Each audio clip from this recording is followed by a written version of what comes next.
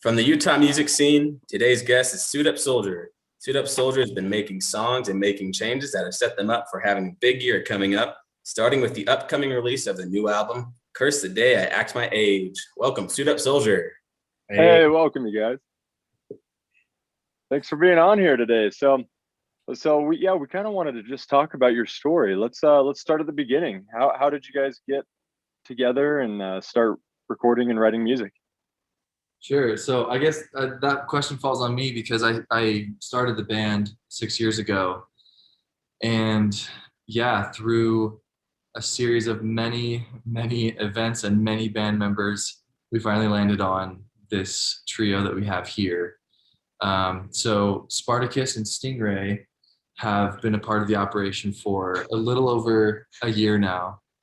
And kind of where it happened was the band was going through some transitions. There were some more members like planning on leaving. I used to organize an event called Concert in the Canyon. And we did that for, I think, 4 or 5 years. And on the very last year that we did it, Spartacus and Stingray had showed up to the show, and they watched us play and loved the songs. And we talked about how we were looking for new members. And yeah, then about a month later, we played our first show with the three of us, and have been making music ever since. And now they're both featured on the album that we have coming up, and it'll be our debut LP, full-length album. Oh, fun. Nice. That's awesome. Is that the one that you guys, I noticed you guys had a little bit of fundraising for an album. Is that this one that's coming up? Yep. Yeah. You want to? Yeah. So we had started off 2020 on a high note. We opened for Coin, who is a pretty big name band, and we booked our first tour ever, and we were super excited for that. And then, of course, pandemic happened, and all those tour dates that we worked so hard to book were all canceled, right? So that also means that we lost a lot of potential revenue, which a lot of which we would have used to fund our album, right? So we had to think of different ways, and we came up with the idea of, well, why don't we try doing a Kickstarter? We've seen some other artists do it, and we filmed a kind of comedic video that I had scripted out, and the other guys added in a little bit of their own flair too, and we planned the whole thing and did this Kickstarter and messaged like every single person we know, and ended up getting funded, thankfully. So that we could still make this album, which I think Wes had been promising people for like at least 2 or 3 years by now. So we're very excited that worked out and that we're finally getting this thing out pretty soon here. That's awesome. That's fantastic. You said full length. So is that, how many songs are on it? It's 10 songs. I think it's 13 tracks though. Oh, cool. Because there's a couple, some transitionary tracks. Transition tracks. Villains, the song, one of the songs we already released, we split into 3 tracks on purpose. So there's like an intro, the main song, and then an outro. Cool. 10 songs. Fantastic. So we know the story of how you guys met. I don't think we've got your names though. Let's hurry and do that real fast so that everybody can know who we're referencing. Yeah, I'm Wesley. I'm Spartacus. My real name is McKay, but everyone calls me Spartacus. It's a reference to an old movie called That Thing You Do, which is about a drummer, and I'm the drummer. So nice. And I go by Stingray. It's like my stage name. My real name is Ryan Rostrom, but it's been Stingray for this band because he's got a stingray on his foot. Yeah. Oh, that's awesome. Well, so that's awesome. So you guys have 10 songs. Do you split writing between you, or is there a main writer and then the others kind of add in their parts? Yeah, so for this first album, I had written these songs years ago. Some of them are more recent, but I'd had this whole discography like ready to go and be recorded. So I'm the main songwriter on the first album, as well as our old keys player.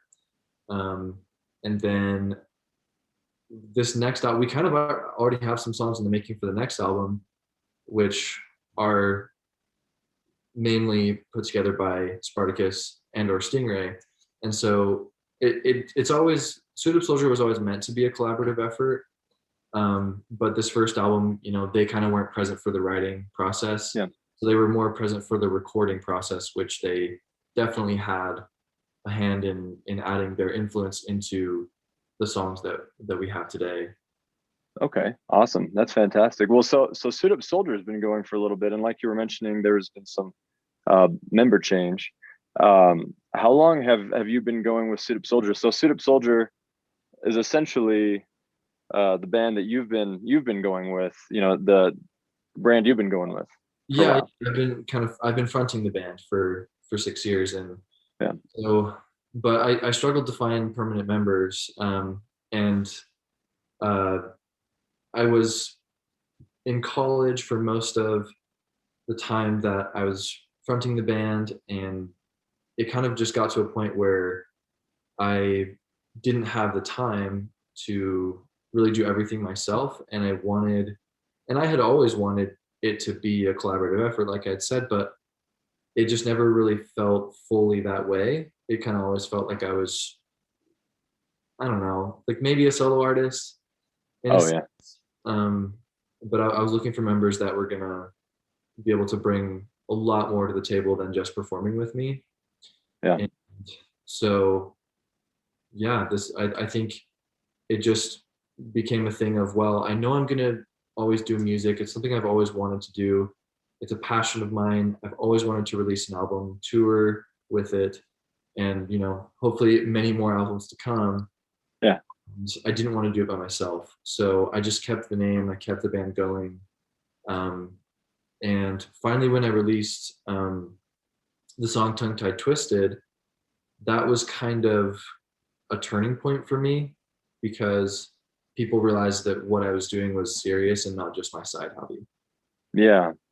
Okay, that makes sense. Yeah, Tongue Tied Twisted is a great song, by the way. I've heard that, and Villains, you know, that's a great single. That's a single with three songs. Love them all, but Villains is great too. So what about your stories then before you joined Suit Up Soldier?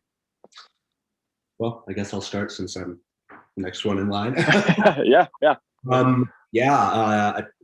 How far back do you want? I was born in 1996. We won't get back that far. To keep things brief, I suppose. I mean, when I was about 12, I started playing drums and discovered I had a knack for it, a talent for it, and a huge passion for it.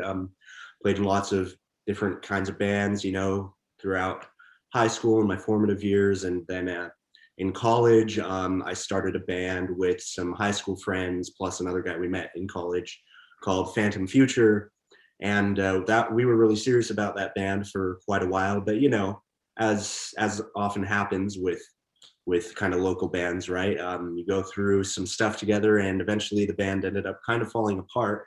But it was all a good experience for me, and I just continued, you know, doing my thing, drumming and playing for lots of different artists, both on their live shows and on their recordings.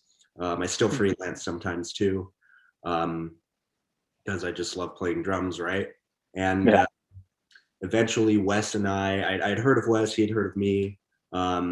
We met for the first time at actually like a little mixer, a little, what is it even called? Like a little.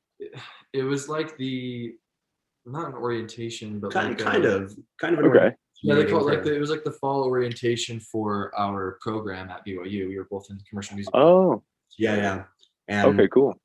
And so that was our first time, I think, really talking to each other kind of about music and whatnot. And he kind of slyly mentioned that he was maybe looking for another drummer, and I kind of slyly mentioned that I might be interested. I listened to Tongue Tied Twisted, which he had mentioned, and actually I listened to that song and thought, wow, the production value on this is above and beyond what you generally hear from like a quote unquote local band. But also I noticed that the streaming numbers on it were pretty decent as well. like above and beyond what you'd normally see from a local band. And those things piqued my interest. And, you know, things ended up working out to where I had one final show with Phantom Future, and we needed some other bands on the bill. And I asked Wesley, like, hey, how would Suit Up Soldier feel about playing on it? And he called me back and he's like, yes, but we need you to drum for us. And I was like, okay. And that was kind of like my trial run, right? And we ended up liking each other enough that here we are over, it's been almost a year and a half now. Yeah. Like later. So his last show with Phantom Future was his first show with Suit Up Soldier. So when one door closes, another opens. Exactly. That's perfect irony. That's great. It was great. It's been great since then. And yeah, as you mentioned, I'd seen the band play at the Concert in the Canyon thing too, and thought they were great. So that's kind of my story of how I got into the band. Fantastic. Yeah, so I've been playing music for a long time. Like I started by being forced to take piano lessons, which I think relate to. Classic. And I kind of worked my way around the instruments. I ended up getting an electric drum kit. I moved around a lot growing up, and we moved to Tokyo for a few times over a number of years, and we had a tatami room, which is where they do like green tea ceremonies. And I would sit back there and practice the drums. I'm nowhere near his level, but I went through piano phase in a few bands, drums in a few bands, bass in a few bands, singing for some of my own solo stuff, and then finally settled on the guitar after going to a Styx concert. It was Styx and REO Speedwagon.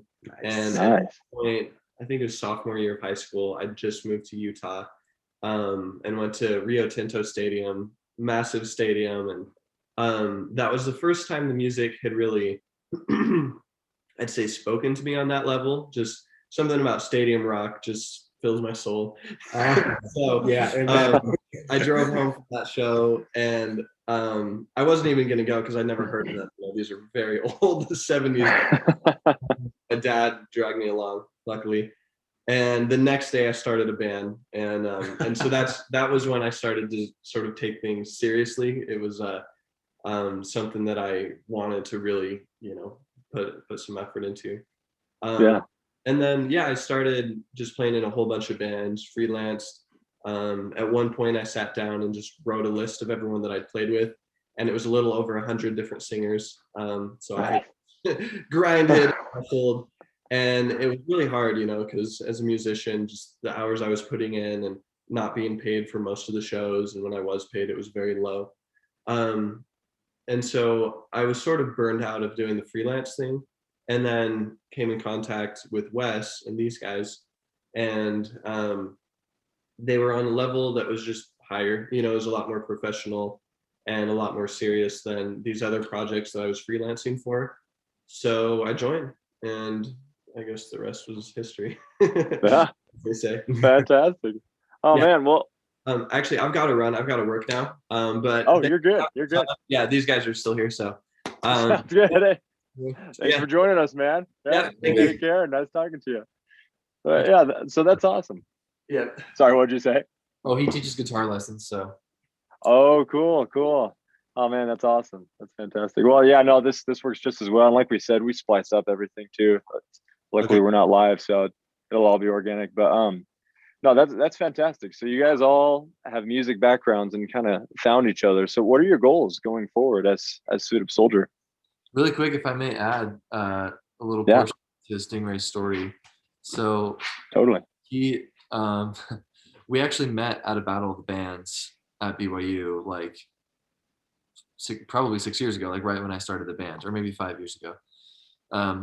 Probably a little bit after I started the band, because I guess the Suit Up Soldier had been going for maybe a year. So we met at this battle of the bands. I saw him play in a different band, and I was like, I'm gonna make that guy my guitarist someday. And over the years, like he was always doing some other project. I could never tie him down. He was just like always busy with something else. And then one day, the bassist that we had at the time didn't show up to one of our shows. he just quit. He just like texted us and quit. Oh, He man. actually, the story goes that he did show up to the show, and then he was like, you know what, I don't want to do this anymore, and so he left. Oh, man. We played a show without the bassist, and we were like, that was the lamest way for someone to quit. But Yeah. so I texted Stingray that night. I was like, hey, like, I know you're a guitarist, but I know you have experience on bass. Want to be our bassist? And he's like, sure. So I was like, no way. Finally, after 5 years, I get him to be our bassist instead of our guitarist. And he slowly migrated to guitar as our old guitarist had kind of moved on to other things, got into law school and things like that. So here we Oh, go. that's awesome. Do you guys use any backing tracks then when you're on stage live? I mean, it's been a while since we've played live. Yeah. But yeah, since we're a trio and we tend to write music that has a lot more than 3 parts, Yeah. we do end up using some backing tracks, mostly to cover, electronic sound effects that we've put into the songs in the recording process, or like second or even third or fourth guitar parts that Wesley and Ryan couldn't physically play all of them at the same time, right? Yeah, totally. But live, we plan to hire out a bassist live, at least, so that we have 4 guys playing live is kind of the plan we're leaning towards once touring resumes. Well, and if we Yeah. get to a point where it makes sense business wise to pay a ton of musicians to play all the parts live, we're not opposed to that, because Also true. Once we're touring stadiums, like anything, like we're open to all the ideas. So Totally. Yeah. So No, that's fantastic. Yeah, no, that's awesome. So talk about the touring then. You guys had a tour planned. Obviously, COVID threw a huge wrench for everybody in the music world. And now, what's that tour looking like? You're getting ready for the album release. You're getting ready for that tour. How's that going? Well, so we have to it's a little difficult because there's still a lot of uncertainty as to the exact when of when are things actually going to open back up for artists and bands to actually be able to play shows. We kind of have to look a little bit at what bigger artists are doing. So like, stadium tours, it looks like ones that were rebooked for this coming summer are all being pushed back again. But it looks like things for like late summer into the fall look like they may realistically still actually happen. So obviously this is all conjecture, but that being said, we are looking at late summer, fall, maybe early summer for some cases, probably like more limited attendance type of shows. Really just depends on all the pandemic regulations and what the government says we can and can't do. Kind of ties hands a little bit, but we're in process right now of talking with a few people to make some things happen. More than that, I don't know if I can say though. So. Oh no, yeah, you're good. Where would they be? Well, so Spartans, he booked our first tour last year, which of course got canceled. But so our goal is to reinstate that tour in a sense. Yeah. Okay. As well as add any additional tour dates and locations that make sense. So our first tour it was going to go through Colorado, Idaho, Oregon, Portland. Nice. Portland, Oregon. Seattle. We did have kind of Canada. Lethbridge. Really? Yeah. Nice. Things up there and story, but so our first tour was going to be international. Yes. Nice. Not a lot of people can say that. We had also Arizona booked, as well as Phoenix. Some big Salt Lake shows to kind of bookend our tour, and then, LA, San Diego. Yeah. So that's what we'll be looking at going forward as well, and then expanding from there into some other markets as well until we have conquered the world. Exactly. There you go. Well, let us know when you do. We'd be happy to post about your upcoming tour dates and everything when you guys get that sorted out. Obviously, the whole world's kind of in the same, or at least the country's in the same kind of situation. So, so it's kind of everybody's hands are tied with that. But yeah, no, that sounds fantastic. So tell me about recording your album then. What was the process there? Yeah, because it was our first, there was a lot of piecing things together out of order. Yeah. um, there, so there were a couple songs like "Tongue Tied Twisted," for instance, is on this album, and that song I had co-produced with a local guy named Gavin McMahon. Okay. Recorded some of the stuff at his place, recorded some of the stuff at my place, um, and that also went along with. Let's see, then I did "Roses Are Red," "Rivers and Cities." Those three songs were kind of like ready to go before Spartacus and Stingray had joined the band. Okay. Then we had Roses, Rivers, Picture. Picture. Picture was our first release as like a new setup. Hmm. Totally bootstrapped. We didn't have any money to put into Yeah. it. So it was like the only guy we hired was our mastering engineer to help us finish the mix and then master it. Okay.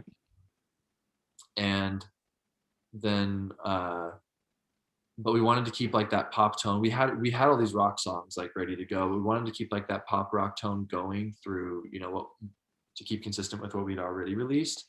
And then we wanted to kind of surprise the audience with some heavy rock stuff. And so Villains was the big one that we all worked on together.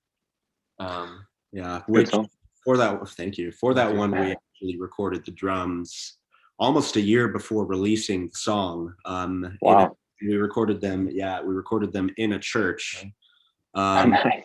which was a really fun experience. It was a long day hauling everything over there to set things up, and then we, put the drums in kind of this atrium of this church that had just amazing acoustics, and we put microphones, in all the regular places on the drums and whatnot, but then we put them like up in the rafters and in like the church gym to capture the cool like reverb sounds and whatnot, and just to had kind of some fun with it. And then, I mean, for my part, recording drums, we recorded any of the songs that I drummed on. We recorded them, well, with the exception of Villains in a Church, we recorded them here at our home studio. Oh, cool. And a lot of the instruments too, right? Yeah. So then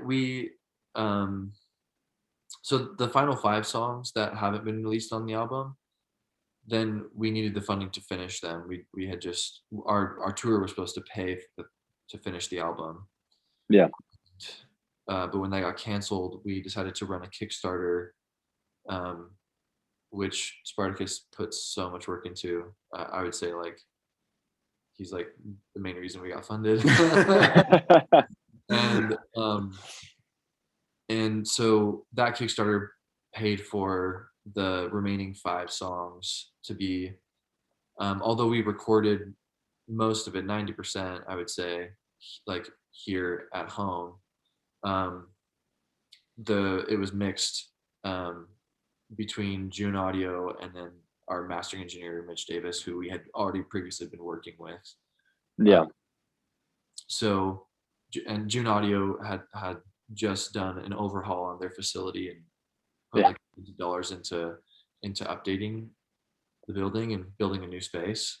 So it was really cool to work with guys like Scott Wiley, who have tons of huge accolades for big named artists that have come out of Utah. Totally. He's definitely a well-known person around here, and as far as that's concerned, so that's fantastic. So is that where most of your budget went to then, for the funding, towards the outside help recording there? Yeah, the mix and master on the album, as well as a bit of fulfilling promised rewards to Kickstarter backers. So like t-shirts, for example. Oh yeah. Which are still on sale, by the way. Nice. We'll post a link. Yeah, so that's awesome.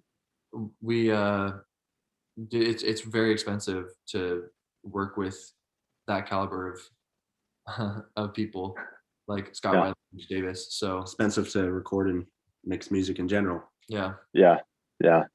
Totally. So you said you start recording in the home studio. Whose home is it? Do you all are you roommates or? We live in a home together as roommates with a couple other guys, and Stingray crashes on the couch occasionally. So our that's awesome. office studio is in the basement. We've built out a little space. Yeah, That's fantastic. yeah, That's a good way to do it. Yeah, for sure. Get those stems and then, you know, kind of change it up as you go. That's fantastic. Saves a ton of money to not be in the studio. That is something that's very true. Studio time is extremely expensive for yeah. everybody. I mean, we definitely were able to save money in that regard. Also required, you know, an investment up front in ourselves, buying our own quality recording stuff, which is not cheap. Yeah. But I have a friend who worked at Guitar Center, and I may or may not discount. So, man, that's the way to go. That's the way to do it. Oh man, that's fantastic. So you guys sound like you're very driven. You guys have a great sound. So it sounds like you're in this for the long haul. Then you guys have this isn't like a side hobby at all for either of you. This is full going. So where do you see yourself? I mean, are you just gonna push until you get there type of thing, or is that the plan? yeah, I mean, we've you know, written down like kind of vision board type things for the band before, and we definitely, you know, I'll say this, we definitely don't envision Suit Up Soldiers just being a band that's gonna just kind of like be like low key or stay kind of local or small or even just regional. We want the whole cookie. We want it all, as Freddie Mercury so famously said. And that's the kind of success that we're gunning for, and we're going to just push to become as big as possible while, you know, staying true to our artistic values. That's not the right Yeah. Well, we want to be able to kind of we want like a balance of being able to stay true and authentic to ourselves and our music, as well as being able to experiment with where we can take that sound. Okay. And, Yeah. So that's why even on the first album you hear just this arc of like very eclectic, you know, intricate like songs, but like arrangements that just sound different each on each song, and then just being able to you know scale that and say, you know, that if we continue to be consistent, that there's no reason that we shouldn't be able to connect with a mass audience. Yeah, that makes sense. So do you guys, are your goals to essentially connect with all these people, or do you just do it purely for the love of the music, or is it, you know, the people, the money, you know, kind of what's the goal, what's the driving force there, I guess, for that? Yes. All of it, huh? Everything you just said and more. I mean, for me, like, music is definitely an outlet. It's definitely something I love. It's definitely a great form of entertainment. But I think for me, the artists that I always end up loving most and consequently end up giving most of, you know, more money to than other artists, hence the shirt, you know, I'm wearing My Chemical are the artists that I connect with, like on a deep, profound, like emotional level, and that somehow in some way strike a chord within me. But they've also done it like by making the quote unquote packaging, i.e. the music, the technicality, the playing really good and really catchy. And wow, that drummer did something really cool there. Wow, that guitar part was so cool. Oh my gosh, this vocalist is amazing. You know, all those things combined, plus really good lyrics that speak to me, you know, kind of draw me in and make me want to buy tickets to see their shows and buy their merch and just kind of make them a part of my life. And, you know, in a broader sense, that's for me personally always been kind of my goal, is to be able to be an artist that that people listen to in that way, and that I can really connect with people on a deep level and hopefully add some value to lots of people's lives, and be like a positive driving force in people's lives, I guess. Music has always been really powerful for me in doing that. I mean, there are artists and songs that, not to be like over dramatic, but sometimes I kind of think, that song or that artist kind of in a way maybe saved my life or just helped me get through a tough time, or Totally. they're to celebrate with me during good times, just like fun party songs.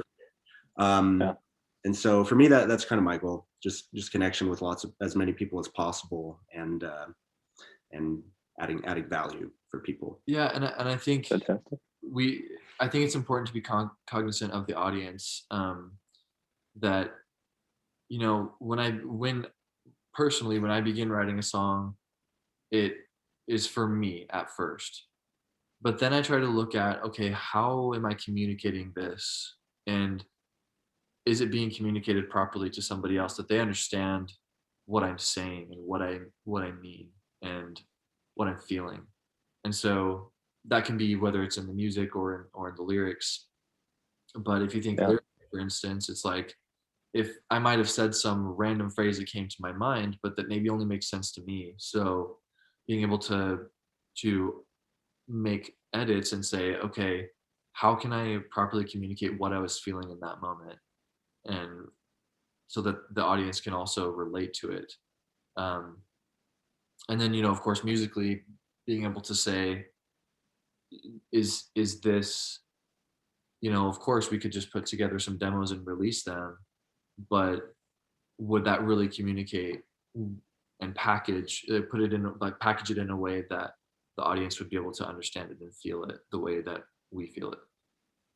Yeah, no, that totally makes sense, and that's fantastic. I think that's a good insight into the reasoning behind why you guys do what you do. Well, clearly you guys have been around the scene. You've played a lot, and like we were mentioning before this, we've seen you, and you guys are fantastic.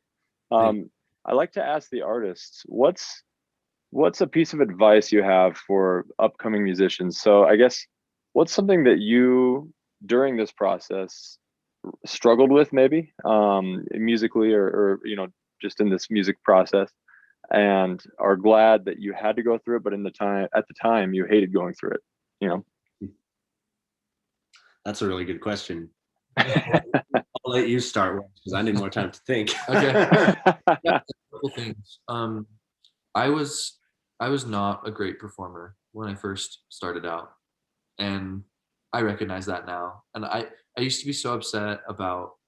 I used to get upset when like I would see colleagues and friends and other people who I considered like just my professional level, whatever.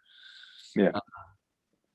I would see them have success and I would be upset and say, well, what are they doing that I'm not doing that I deserve? And that's the first thing, first of all, is that somebody else's success does not equate to your happiness or lack thereof. You can still be happy for them and pushing forward to your success. It's not just because they had a success, it doesn't mean that you are failing. It's just everyone has Totally. different times, right? Yeah. And but what it really taught me was that, okay, like maybe I need to look more objectively at what I'm doing. And I was able to start realizing like, oh, so and so is performing in this way and I see it connecting with this audience. So what can I do to improve as a performer? And I've been able to take those pieces of learning throughout the 5 years before we even released any music, to polish up on my performing, so that when we do, again, to be able to communicate to the audience what we feel and think, and how the music moves us. Yeah. And that's like a huge part of connecting with an audience. But at a time like right now, where a lot of what you do is online, before you even get to the performing, again, being able to package your music in a way that is palatable for your audience, it doesn't mean you can't be just unapologetically you. Just being able to put your focus where it makes the most sense. A lot of artists will say, "Oh, I have $2,000. Let's make a 10-song album." It's like, oh boy, it's gonna it's going to be low production, and 10 songs is a lot for an audience to take in for especially a new artist. And I myself, Yeah. as a producer who work a lot, I work a lot with new artists who have said that statement to me many times over. And I have to remind them, like, hey, just like from personal experience and from looking at the experience of many other artists, it would make much more sense to put that $2,000 towards one song. Yeah. And just, especially in a day like today where, singles are a lot more consumed than full albums. Yeah. As a rock band, I think it is relevant to put together a full album, which is why we did it. But if you're a new artist, put together one song that's going to take you far. Find that one song that everyone loves, and put all your focus into that one song before you move to the next step. Yeah, I think that's fantastic. That's great advice. Yeah, absolutely. Well, shoot, my turn. There's a lot of things I could say. But I mean, man, if I had to say any one thing, like as a piece of advice for a new artist, I guess the best thing I could say would just be to like be prepared to work like you've never worked before, especially if you're an artist who's really serious and you're wanting to make a career out of music. You're wanting to make a career like out of music to the point where you can make a comfortable living with it and stuff. You have to be prepared to work like you never have before.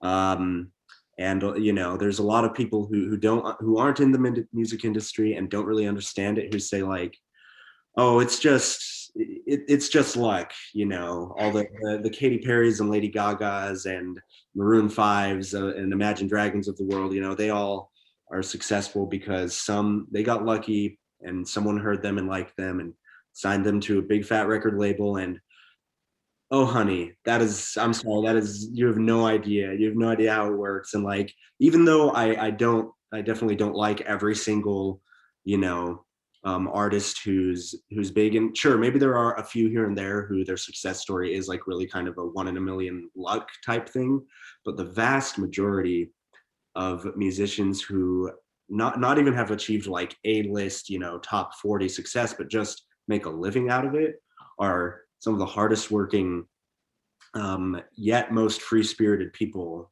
on the planet, because they want to do what they love, but also they've had to work really hard to achieve any sort of success in the music industry, because it's rough. So don't count on luck. Don't even just count on your talent. Count on working hard and networking constantly with people, and just being like a genuine, kind person. And that will, all those things combined will open more doors for you than just like your talent or how good your music is.